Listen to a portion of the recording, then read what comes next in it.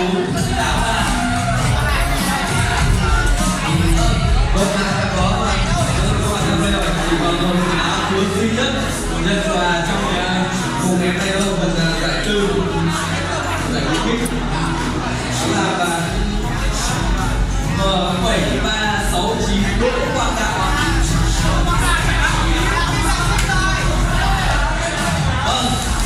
Bốn người sự có in trong danh sách tôi xin mời về cho kính mời các bạn cùng bước lên sân khấu ạ. Và đó là bạn Đỗ Quang Đạo, bạn Nguyễn Xuân Nguyên và Dương Đăng Dũng. Xuân Đăng Dũng lên sân khấu để ban tổ chức tôi có những món quà kỷ niệm và lấy đúng nhất để trao cho các bạn.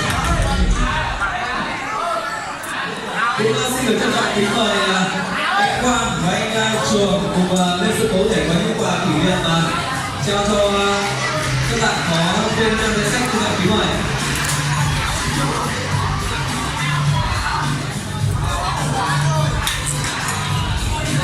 Chúng ta xin được trân trọng kính mời anh Quang và anh Trường cùng lên sân khấu để có những quà kỷ niệm trao cho các bạn.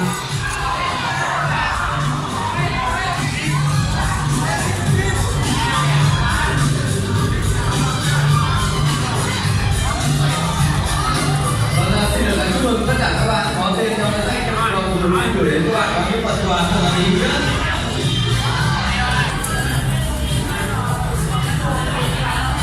Và xin mời các nhiếp ảnh gia cái nhà môi giới các gia cùng và những ghi nhận những bức ảnh kỷ niệm 1.000 năm sau nhân ngày tổ chức sự kiện ngày hôm nay.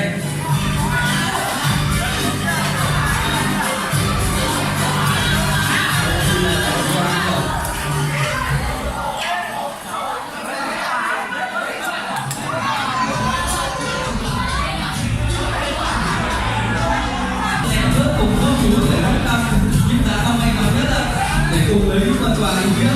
Vâng, xin mời Nguyễn Hà cùng có món quà gửi đến luôn không? Đủ rồi. Đủ có 3 dạng cho mình 4 cháu. Không sao cả. Vâng. Một cháu rất luôn.